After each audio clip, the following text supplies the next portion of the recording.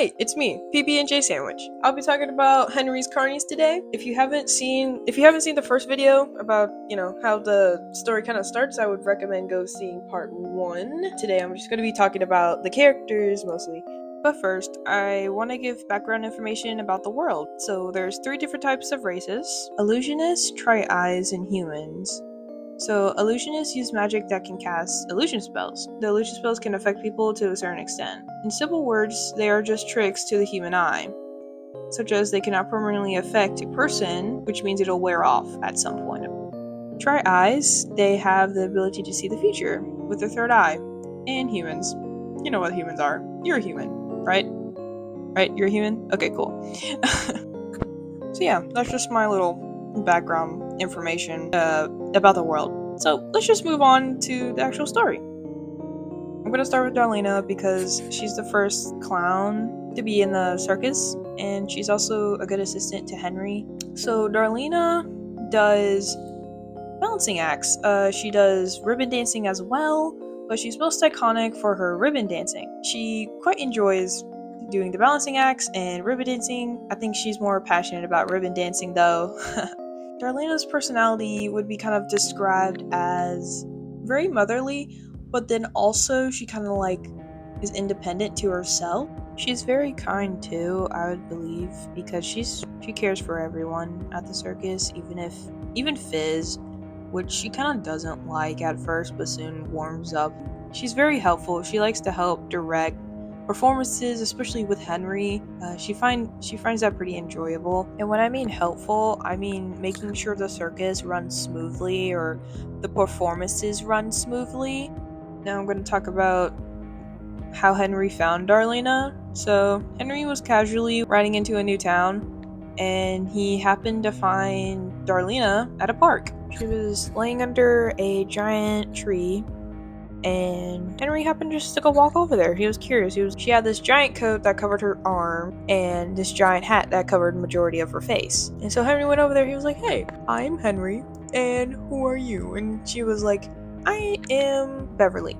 Yep, that's right. Darlena's name is Beverly, and that's how it's gonna stay. But until she joined the circus, she preferred her name to be Darlena. So Henry was like, "Oh, you can join my circus if you like, because I'm trying to start a new circus business." And she was like, "Oh, okay, that's nice." I mean, they kind of talk and just kind of sit there and get to know each other. And everyone's like, "Well, I gotta go now." And Darlena's like, "Wait, actually, I'll join." And he's like, "Oh, really?" And she was like, "Yeah, because I used to be an actor." Well, Henry was like, "Oh, okay, well, come on." Then they went. Now, before Darlena met Henry, she was an actual actor. She was a rising actor. But unfortunately, due to a car crash, she had a bunch of burns, and her former boss was like, "Well, we gotta let you go. We can't have you like this." And she was like, "Oh, sad." She was like, "Oh, okay." Darlena's burns got better and was able to go outside without the sun hurting her. Henry soon learned about Darlena's scars, and Henry made it more comfortable for Darlena to actually be able to perform comfortably, because she was very nervous about her scars being shown. She didn't like them. She was very self-conscious about them. If you notice in my designs, Darlena has this white sort of face. Well, that's actually a prosthetic mask. Yes, I know. But yeah, that's a mask, and Henry made that. Henry made that mask and was like, "Here you go. I hope this kind of helps you with your self-consciousness." Darlena was very grateful for it. And since then, Darlena has been near Henry's side. She really appreciates Henry. So now I'm going to talk about Hephaestus. In the circus, Hephaestus is the strong man. He lifts things. He lifts cars, he can lift people, he can even lift animals if he wanted to. Just know he's very, very strong. I would think Hephaestus has a special show that he does now and then of bending metal, like bending metal pipes, bending metal pans, bending, maybe even bending a sword. Just a lot of metal things that he could probably bend. Maybe even putting a giant dent into a car. I would describe Hephaestus' personality as very kind. He likes to hang out with everyone. He likes to check in on everyone. He's like, "Oh, how are you doing? Are you okay?" He likes to pop in, make sure everyone's good. I think Hephaestus is very caring because he's very caring to Baby Boohoo. I guess Hephaestus' negative personality trait would be is he overthinks a lot.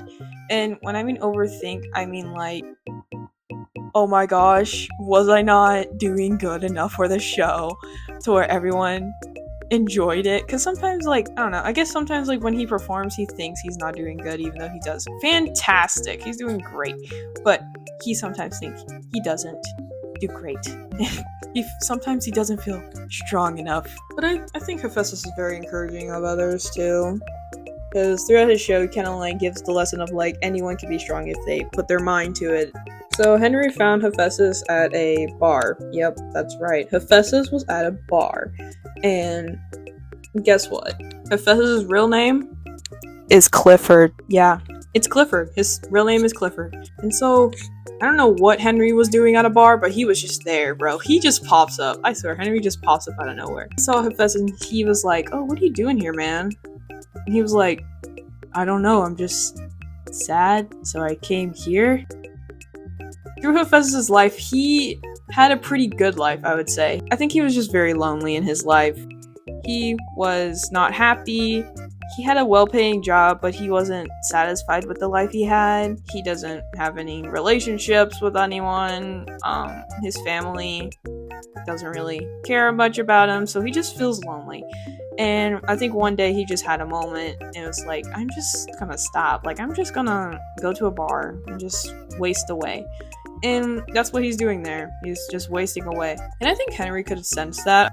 So Henry was like, hey man, you're strong enough for this. You can do it. Just make it through life. Just go out there and be yourself. And he's like, yeah, okay. He's like, okay, fine. But that's not easy. And so Henry was like, oh, well, I mean, if you want to I don't know, I can help you if you, join my circus. And he was like, you're what? And he's like, my circus. I'm having a business. I already have one person. I just need a few more. And you could happen to be a lucky fella and join my circus. And Hephaestus was like, I'll think about it. And the more time they kind of sat there and had a little talk, Hephaestus was kind of convinced. He was like, oh, okay, well, maybe I should do this. This is different, it's out of my zone, and I think I could do it. And so Henry was like, oh, that's great, come on. But Henry kind of trained Hephaestus to be a strongman. Don't ask me how Henry knows how to do that, just know Henry had knowledge to know what a strongman is. So yeah, he made him do training, but I think Henry helped Hephaestus see that you can take a different course in life. You don't have to stick to the same basic course like everyone else. And then also kind of I think Henry also kind of saved him from a very heavy depression. So yeah, that's Hephaestus' little story of how he got into the circus. But now, he's a happy little go fella guy, he's just like, oh, you can do it, you're so cool, you're so safe. He's just very supportive of people. So I'm going to talk about the twins now. Twins' names are Hardy, and the other one is Harley. Harley's name is a substitute name because I haven't found a name that I really liked for him yet. But you remember that information I told you in the beginning of the video? Well, yeah, you're gonna have to put it to use now. Hardy is an illusionist, and her brother Harley is a tri-eye. They're only half because their parents was illusionist and tri-eye, and made them, so yeah. So Hardy can only cast illusions for a certain amount of time, so let's just say she can only cast illusions for an hour, but usually an illusionist's time of when they cast an illusion, they could get a whole day or even a year. But unfortunately for Hardy, she only gets an hour or a day. Yeah, poor Hardy. Her brother Harley, he can see only symbols of the future, so he keeps little cards with him that help him, understand what each symbol mean for that specific person's future. So their role in the circus is doing magic tricks. Hardy is the magician and her brother is the assistant. They usually do disappearing acts, escape acts, even extravagant acts like maybe even changing what the environment of the circus looks like, so like making it look like they're in space even though they're still in the circus, or even maybe even like making the circus tent like move and make it feel like they're like flying in the air like in a rocket ship, something cool like that. It's just like, think of their show as like a very imaginative world. I think on the side, because I would think how this is how the circus would kind of work. So I would think like in the beginning, like when they set up their tent, they would do all of their like extravagant shows, and then once they're done doing that, they get like an hour break, but then they go out to their mini tents and they kind of do signatures and get merchandise sold and stuff. But for Hardy's brother Harley, he does fortune telling on the side for, some money on, just some money for him, and also kind of like help, develop his, I guess, ability better, because he doesn't really get to use that much during the magic show. So yeah, I would think he does that. And sometimes people get angry and they don't like it, and some people are like, oh wow, this is so cool, I'm gonna believe it all the way. Either way, it's gonna happen, because he can actually tell the future, but only to a certain extent. So Hardy's personality would be very outgoing and social. I feel like she would be someone who kind of like would get the Carnies together and be like, hey guys, let's have a party and have fun. Which the Carnies, I think, appreciate, because, who doesn't like a party animal? I think Hardy is a girly girl. She does like to wear dresses. She really likes pink. She likes hearts. She likes sparkly things. Anything that is girly. But she's not like the pathetic girly girl or like the really annoying ones that you see from like TV shows and stuff. I would think she's kind of like those girls that you would see, but she could be tough as well, where she's not like useless.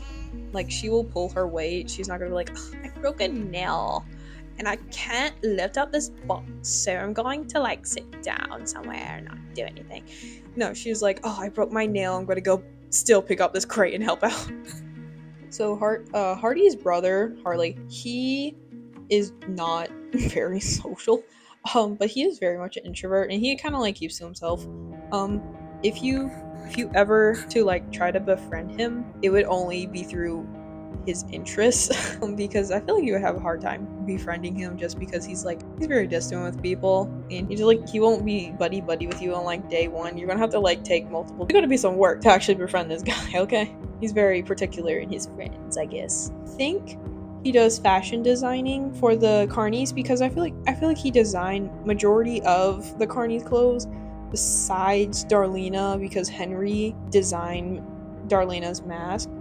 But I would think Harley kind of like took Henry's design and helped like improve it a little bit. Just know he did not design Darlena's or Hephaestus, just only everyone else, which you'll meet later. But I think he'd enjoy it. It's kind of like a little hobby that he does on the side. Then also he kind of like has a job for it.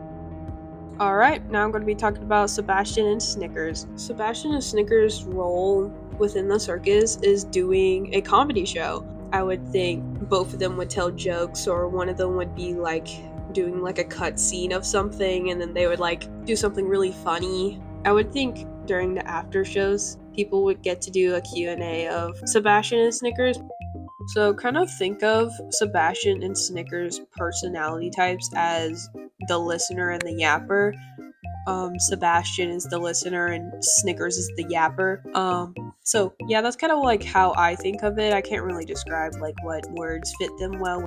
I would think Sebastian and Snickers are also kind of mischievous in a way. Maybe not particularly like stealing, more like of a nosy way. Like they would get themselves into something that they really shouldn't be getting themselves into. I kind of found a better word, maybe like mysterious, because I would think they kind of pop out of nowhere and then act like they didn't just pop out of nowhere.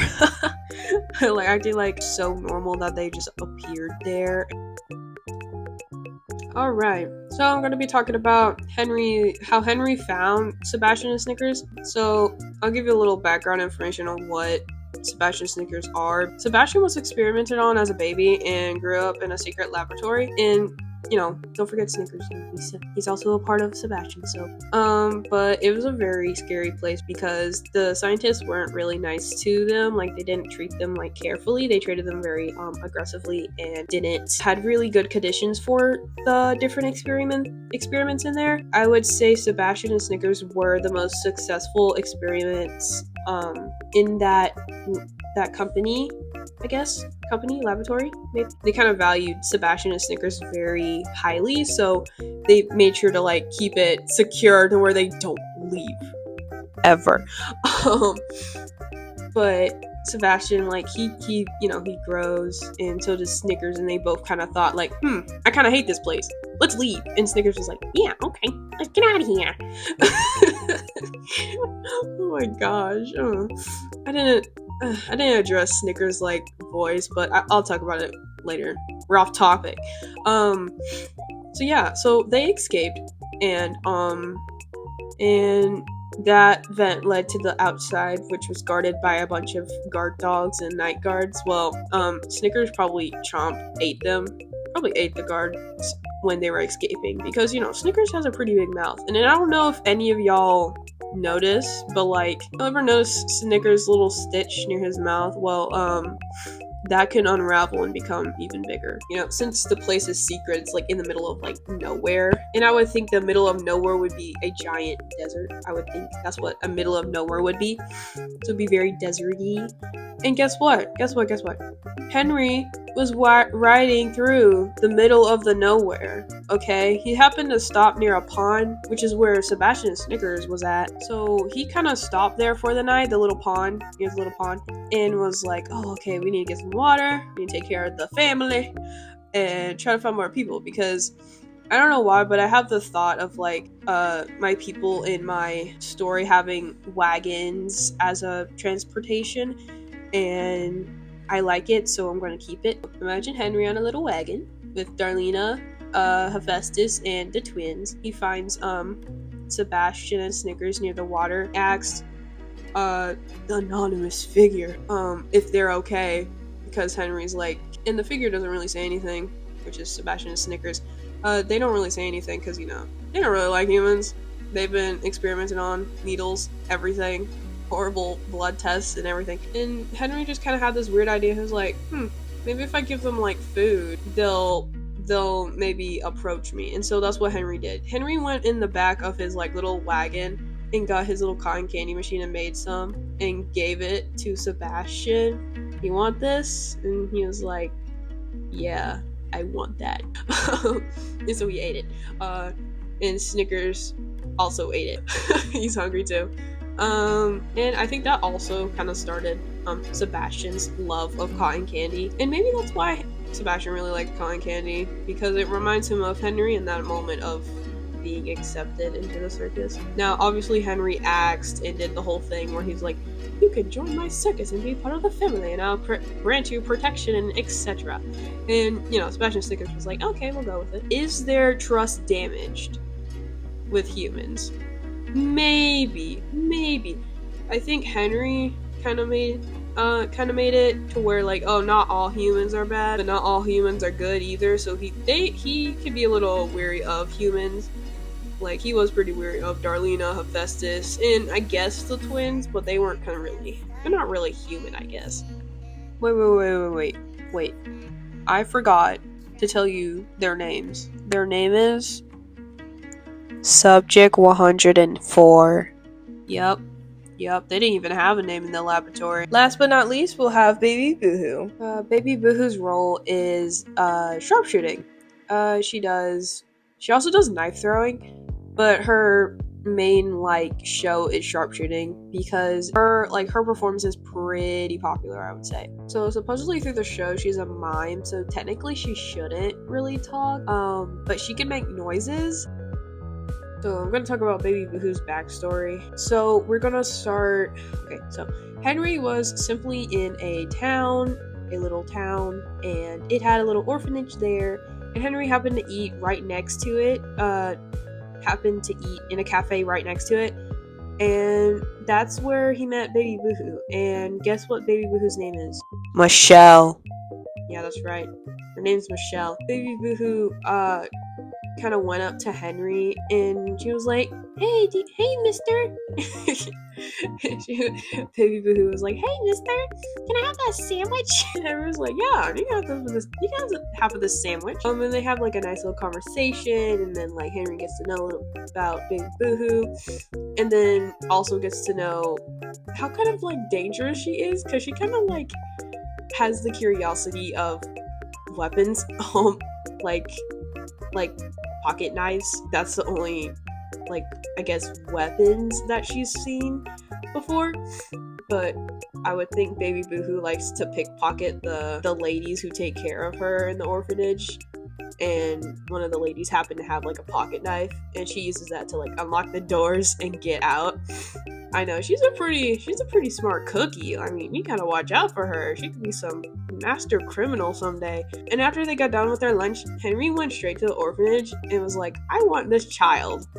And the orphanage was like, okay, just sign these papers then. And Henry did. And we have finally reached the end of the video. Thank you so much for watching. Have a good day. I'm gonna go take a nap. Bye-bye.